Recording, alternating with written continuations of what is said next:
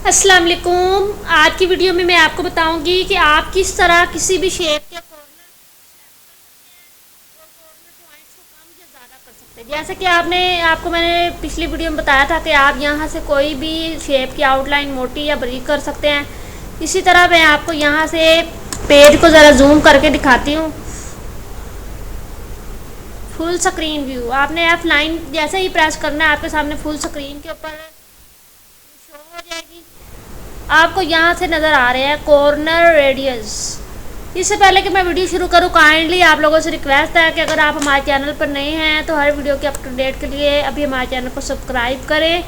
यहाँ से आपने कॉर्नर रेडियस में कोई भी एक आधी रकम सेलेक्ट करनी है। आप जिस तरह कोई भी रकम सेलेक्ट करेंगे उसी हिसाब से कॉर्नर आपके सामने बन जाएगा। जैसा कि आप देख सकते हैं यहाँ पे 1 सेलेक्ट करते हैं तो आप देख सकते हैं कि एक साइड पे कॉर्नर बहुत ही खूबसूरती से बन गया है।